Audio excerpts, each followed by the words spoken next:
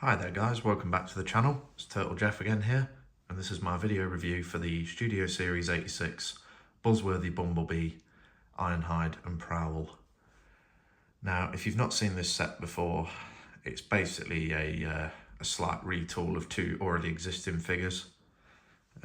So the Ironhide we've already got in the SS86 line, just a standard Ironhide. This one is just slightly different. It's got a new chest piece and a brand new head sculpt with like the battle damage on it. And then Prowl is basically a retool of I think it was the Earthrise Prowl.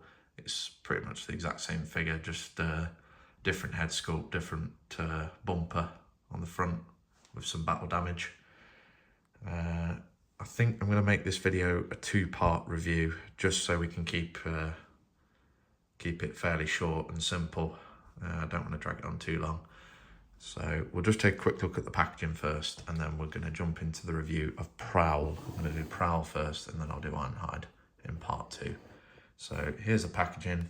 Obviously, it's just your bog standard Buzzworthy Bumblebee packaging. You know, all of this subline has this same packaging on, where you just get that graphic there that continues around the side. Megatron, Optimus, and Bumblebee there. Oh, and there's also RC at the bottom there. And obviously we've got the 86 for SS86 Studio Series at the top. Ironhide is figure number 24, Prowl is figure number 20. Going around to the side of the box, we've got a nice graphic there of Ironhide with his battle damage, and then Prowl just down below. Top of the box, nothing too special going on there. The bottom is just all the barcodes and the legal stuff. And back of the box, you've got a nice little promo shot there of both the figures in their robot and their alt modes. Ironhide transforms in 26 steps, Prowl transforms in 17. So I think basically if you compare it to sort of standard released figures, Ironhide is basically a Voyager, and Prowl is basically a deluxe. So it's a decent little two-pack, to be fair, and yeah, it's pretty good value for money. You get a little brief description there of what's going on, the scene, and then you also get the big screen inspired there that you get with all the Studio Series stuff. And then the last thing to note in the packaging is you get this included backdrop, which is obviously from the 86 film, and it's basically just the shuttle that they're on. It's the ship that they're on. It doesn't really make sense because that's where the Decepticons board the ship, so it wouldn't make sense to have them stood there. So yeah, it's a little bit off on the sort of continuity of what the scene is supposed to be and whatnot. But I mean, let's be honest, who actually uses those cardboard backdrops? Right, so here's both the figures together. Like I said, we'll do part one, we'll do Prowl, and part two, we'll do Ironhide. I'll just give you a brief overview of both of them together. You do get two sets of these blast effect pieces, and there's also these little bits that you get as well. As you can see, mine are a little bit bent, so probably gonna have to get the hairdryer out on those.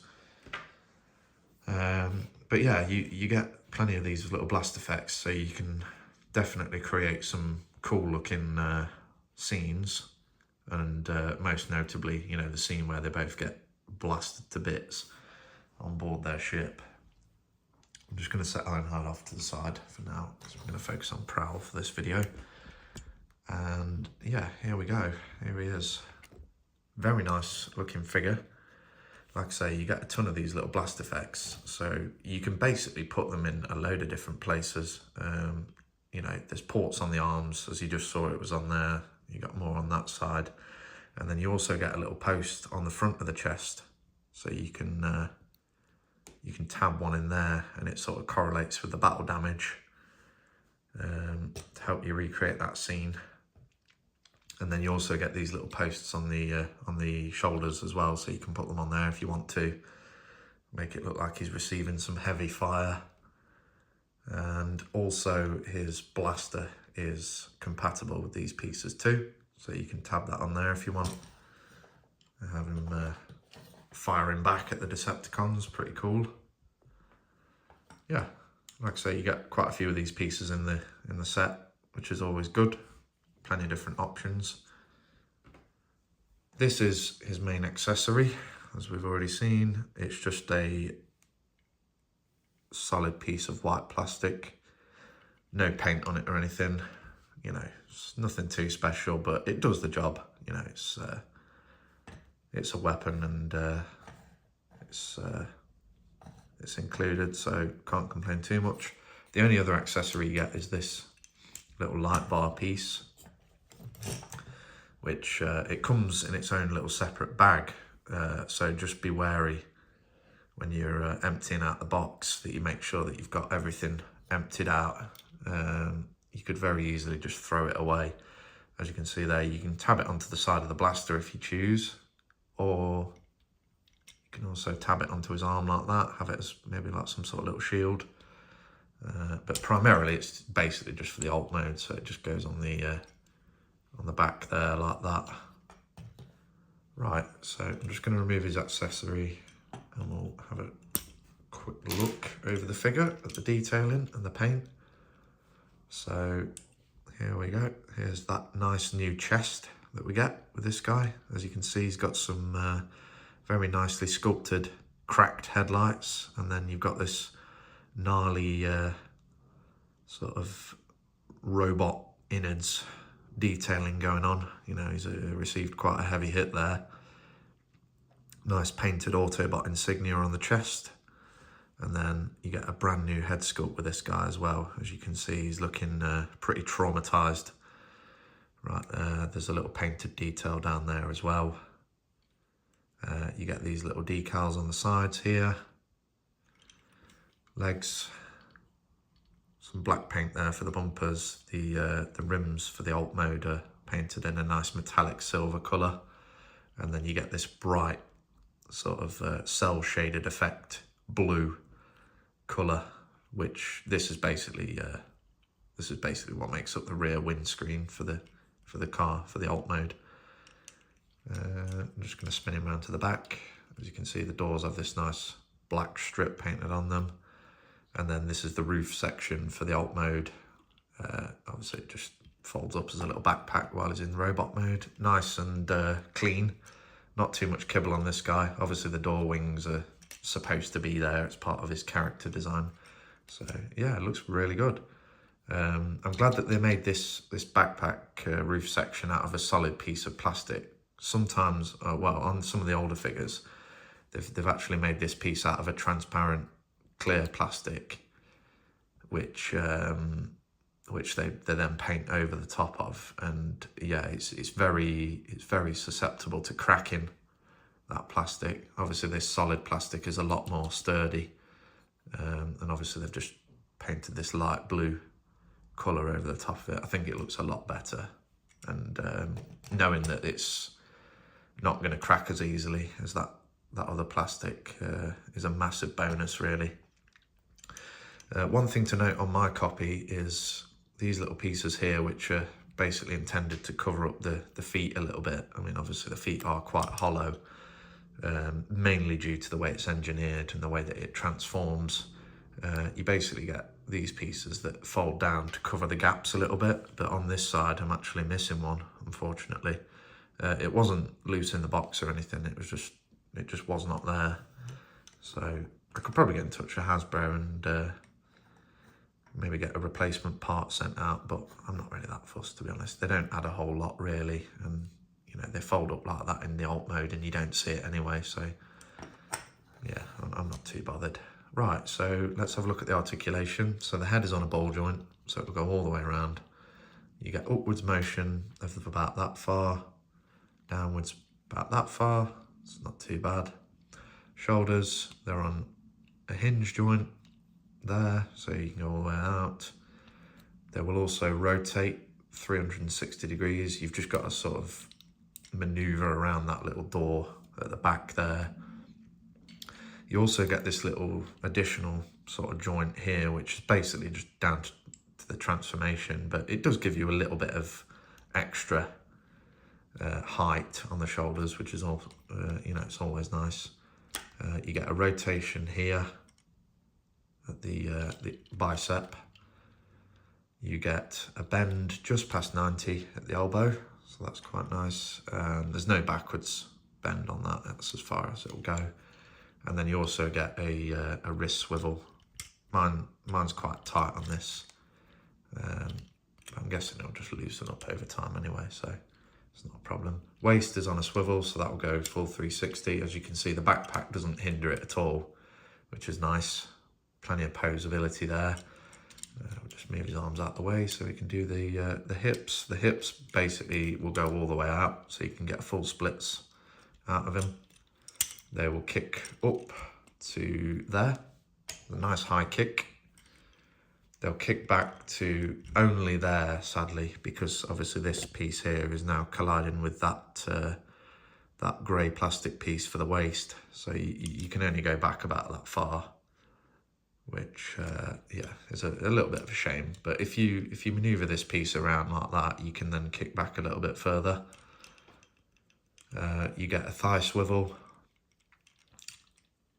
knee bend. The knee bend, basically, because of the way it's engineered for transformation, you can basically go all the way because these pieces will cover that in the transformation. So you get a nice, plenty of range of motion out of the knee. And then the feet, I mean, they're on like these weird joints. So they'll go back because of transformation. They go out that far. And then you also get like this little ankle rocker here. And then the heels are on like these little hinge joints, mainly, again, due to transformation, but you can move them out of the way if you want to. So that is that. So, with all that being said, I think we're going to go and jump into the transformation now. Basically, what you want to do first, you want to lift the arms up as they tab in there, so make sure that section's untabbed. Do the same on the other side. Then that will allow you to take the chest piece and just untab it. It just basically soft tabs into there. It's not a very strong connection or anything, so it should come up very easily. And you just want to extend this whole section out like this. The head, you can either leave it like that so he's facing down, or you can rotate it around, because this will basically form the underside of the alt mode. So it just depends if you want his head exposed out at the bottom or if you don't. You can do that. Then you want to take this section here, it's just on a hinge, and you want to push it up into that gap there. So basically you want to squeeze it in place till it clicks like that, and it should sit flush. It's a little bit tight, so yeah, you might have to give it a little bit of a force, but yeah, it should click in like that when it's done. Right, we'll leave the arms for now and we'll just focus on the legs. So you want to rotate at the waist, like so. Obviously, normally, you know, you'd rotate these pieces around up to there. Obviously, I've only got one, so don't need to do that for the other side. And then what you want to do is you want to extend the feet out a little bit like that, just to give you a bit more clearance. And then you want to bend at that knee joint and basically bring that section up like that, so it's touching that section there. And do the same on the other side. Just bring it all together and then just line it up as best you can. You don't need to tab that together just yet because there's a little bit more manoeuvring that we need to do first. Right, so once we've done that, you want to make sure that section's extended, as we need this space now for that to move over into there.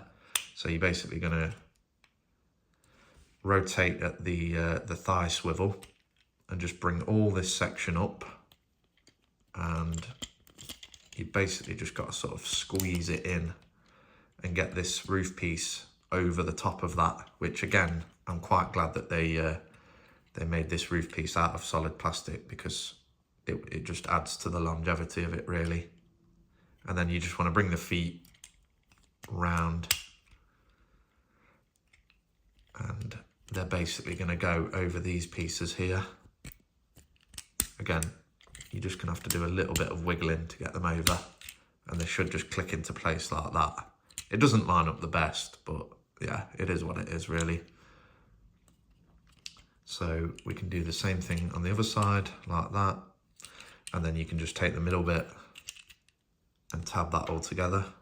Just make sure it's nice and squozen together, all nice and tight. And then you basically come to the heel sections and fold them into that little cavity there. That's all that done. Right, then all we've got left to do is the arms. That's it. So with the arms, you basically want to extend them like so, as these pieces that rotate, as you can see, there's a tab inside there and a slot there, and that is basically going to rotate around to there. But before you do that, what you need to do is you need to take the arm and rotate it so the wheel is facing upwards like that. Then you can rotate and bring that in. Otherwise, if you try and do it without the wheels in that direction, it'll basically just get stuck and it won't go in. It won't go through that gap. And then the arms, you basically want to keep them like that. So he's sort of, you know, giving a double fist bump, as we've got these little tabs on the side of the arms here, and they're going to tab into the doors. So basically you just want to bring these down into there like that. Same on the other side, like that. Get it all nice and lined up. Then you can just bring the door sections together.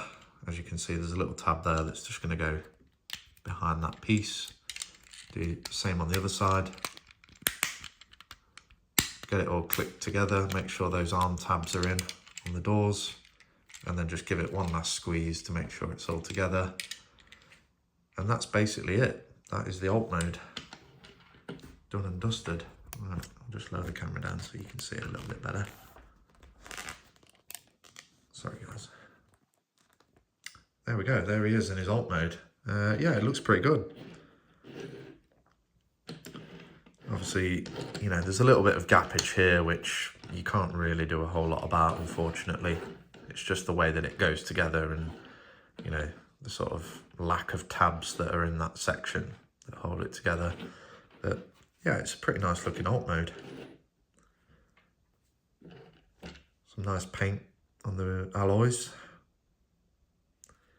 Obviously, you know, this bit is obviously just that chest piece, and that would be where his head was in the robot mode.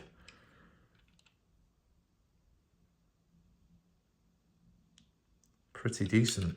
It would have been nice if they'd have painted the tail lights, but yeah, unfortunately not. And then there's that light bar piece again. Rear windscreen. Looking pretty cool. And then again, you've got that battle damage up on the front. Looks really nice. That's what it looks like from the underside. So it tidies up pretty well. Again, you know, if you want the sort of visible head exposed, you can rotate that around so that it is doing that, or you can just keep it like that. It's completely up to you. And then I'll just show you the weapon storage. So basically you can take the weapon and just tab it into the top there of the light bar. You can either have it like that, or you can use any of these ports on the sides and just have it like that. And then I'll just show you what it looks like with a blast effect in there as well. There we go. Yeah, it's a pretty standard sort of deluxe class figure and size, really. Nothing too special, but it looks good. I like it. I think it's fairly decent, and you know, to get that exclusive head sculpt and the battle damage is really cool. So that's it for Prowl. Stay tuned. I will be uploading the Ironhide video shortly, part 2, and let me know what you think in the comments down below. Thanks very much for watching, and I'll see you in the next one.